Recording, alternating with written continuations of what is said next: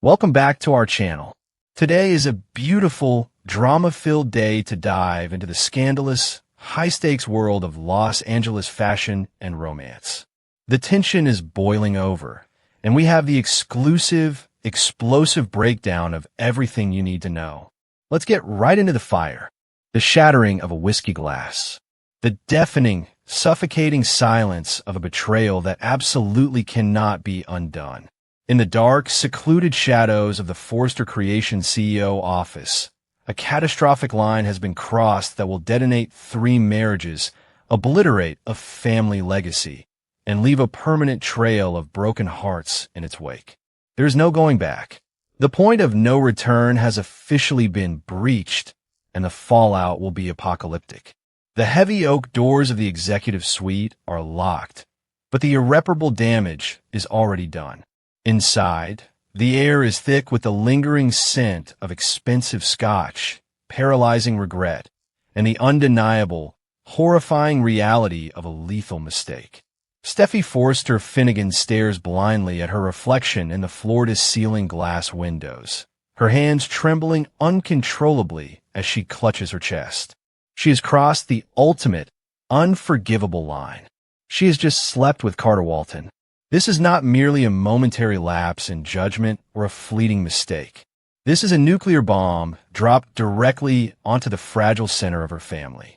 The alcohol that fueled her blind, feral rage against John Finn Finnegan has completely evaporated from her bloodstream, leaving behind a paralyzing, ice-cold reality that makes her physically sick. She didn't just betray her husband in a moment of weakness. She betrayed her own moral compass, shattering the very foundation of her life. Carter Walton sits motionless in the shadows of the office, a man completely unmoored and dangerously reckless. His beloved wife, Daphne Rose Walton, has just fled across the globe to Paris, her spirit shattered by the devastating, irreversible diagnosis of premature ovarian insufficiency. Daphne cannot give Carter the biological child he so desperately craves. She walked away to set him free, believing she was entirely broken. But Carter didn't find freedom in her absence. He found a reckless, lethal collision with a deeply intoxicated, emotionally shattered Steffy Forrester. The silence in the room is deafening, heavy with the weight of their monumental sin. Every ticking second on the wall clock amplifies the magnitude of what they have just done. Steffy's mind races at 1,000,000 miles an hour, spiraling into a dark abyss of self-loathing. How many times has she allowed tequila and deep-seated trauma to dictate her actions? How many times has a severe emotional crisis pushed her blindly into the arms of another man? The pattern is terrifying, and this time, the collateral damage is entirely unimaginable. But the most dangerous, terrifying threat isn't just the dark secret of their night together. It is the biological, ticking time bomb that could violently detonate 9 months from now. Fans of Forrester and Spencer drama know exactly how these explosive storylines operate. Steffy Forrester has a notorious, highly publicized history of scandalous who is the daddy controversies.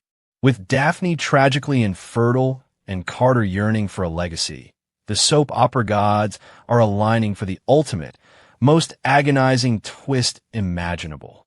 What if Steffy winds up pregnant with Carter's baby?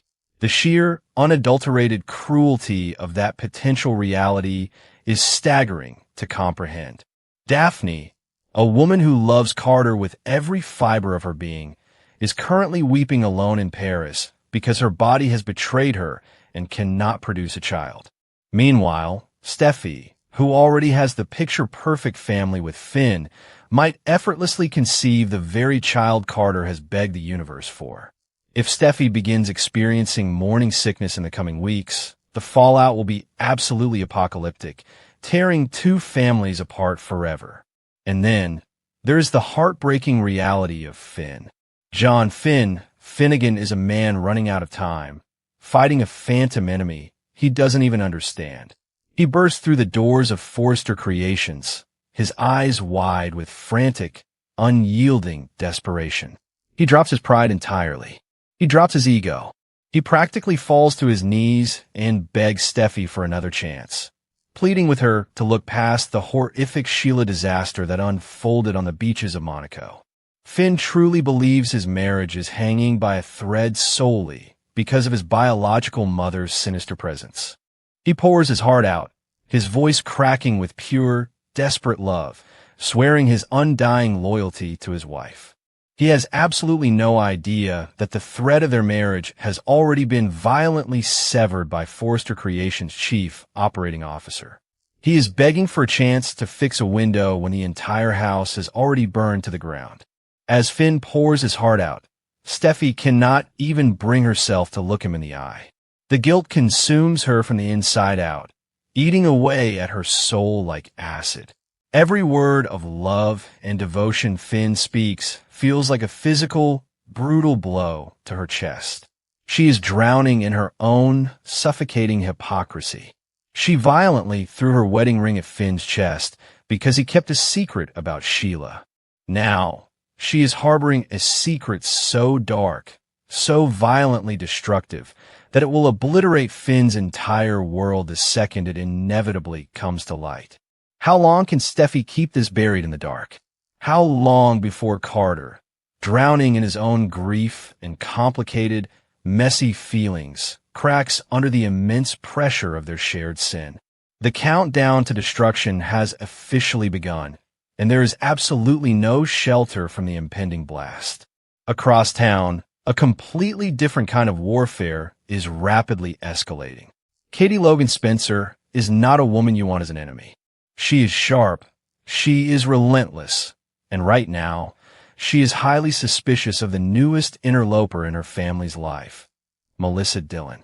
Katie's maternal instincts are screaming like a blaring siren, warning her that her son is in grave danger. Katie corners Dillon at the beach house, her eyes narrowing as she mentally dissects every single word, every micro-expression the young woman displays.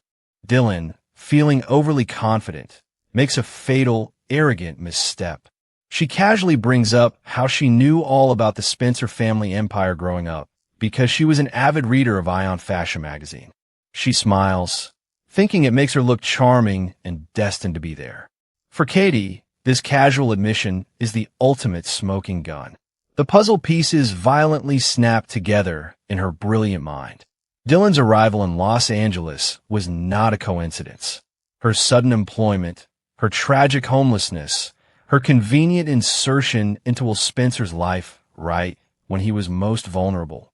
None of it was accidental. Dillon targeted the Spencers. She hunted Will with the precision of a trained assassin.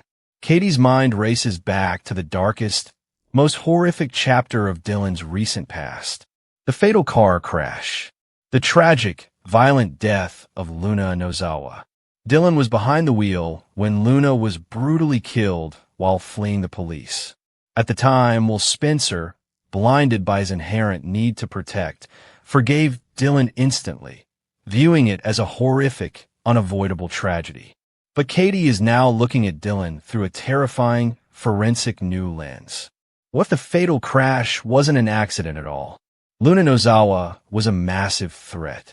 Luna was unhinged, dangerous, and deeply entangled in the lives of the people around them. Did Dillon realize that as long as Luna was breathing, what would never fully be hers? Did Dillon grip the steering wheel, lock her eyes on Luna, and press the accelerator with cold, calculated, murderous precision? Katie realizes she isn't just dealing with a greedy gold digger. She might be dealing with a calculated, cold-blooded killer. Katie's blood freezes in her veins, but her resolve turns to absolute steel. She realizes that Dillon may have intentionally eliminated her competition, using the ensuing chaos, trauma, and tragedy to trauma bond with Will and secure her place in the Spencer dynasty.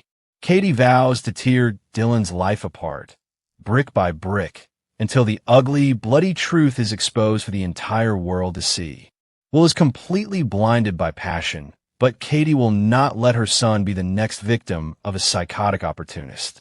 Meanwhile, the tension at Forrester Creations is reaching a boiling point of its own, transforming the design office into a ruthless gladiator arena. Electra Forrester marches through the glass doors, her heels clicking against the hardwood floor like rapid gunshots. Her eyes are blazing with absolute, unadulterated fury. She has lost Will, but she refuses to lose her dignity to the woman who so callously betrayed her trust. Electra spots Dylan standing by the fabric swatches, looking entirely too comfortable, entirely too at home in a building that bears Electra's family name. Electra's vision goes completely red. She marches up to Dylan, invading her personal space, the air crackling with pure, venomous hatred.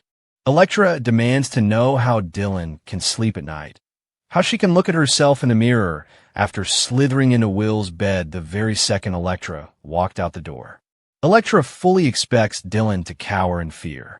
She expects Dylan to offer some pathetic, tearful excuse, to beg for forgiveness for shattering their friendship and stealing her man. Instead, Dylan does the unthinkable. Dylan smirks. The gloating, smug expression on Dylan's face sends Electra into a blind, feral rage that she can barely contain. Dylan is not sorry. Dylan is victorious. She looks at Electra not with an ounce of guilt, but with the cold, calculated triumph of a predator who has just stolen the ultimate prize. Dylan leans in, her voice a dangerous, mocking whisper. She gloats that Will didn't just sleep with her. He desperately wanted her. She rubs salt in Electra's deepest wounds, showing zero respect for girl code, zero respect for boundaries, and zero respect for the Forrester legacy.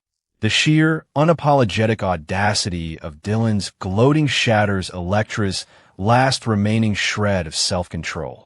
Electra snaps completely. She pulls the ultimate power move, her voice echoing off the glass walls of the Forrester building for everyone to hear. I am Electra Forrester. I can have you fired right now.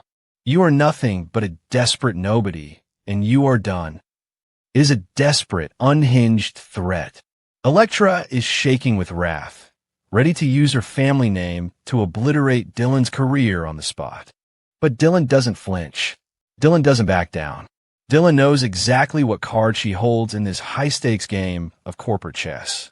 The Monaco disaster has left Forrester Creations drowning in a catastrophic PR nightmare. The executives are scrambling to save face, bleeding money, and public goodwill. The absolute last thing Ridge and Steffi need right now is a scandalous, messy, wrongful termination lawsuit splashed across the front page of the tabloids, all because a spoiled Forrester heiress couldn't handle her ex-boyfriend moving on. Management has already told Electra to stand down and deal with Dylan. Dylan takes a step closer, backing Electra into a corner. She whispers that if Electra pushes her out, she will march straight over to Katie Logan Spencer at Logan, taking her talents, her insider knowledge, and will Spencer right along with her.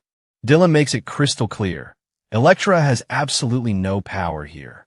Electra is left standing in the center of the office, looking completely unhinged and out of control, while Dylan struts away, the undisputed, smug victor of their toxic showdown.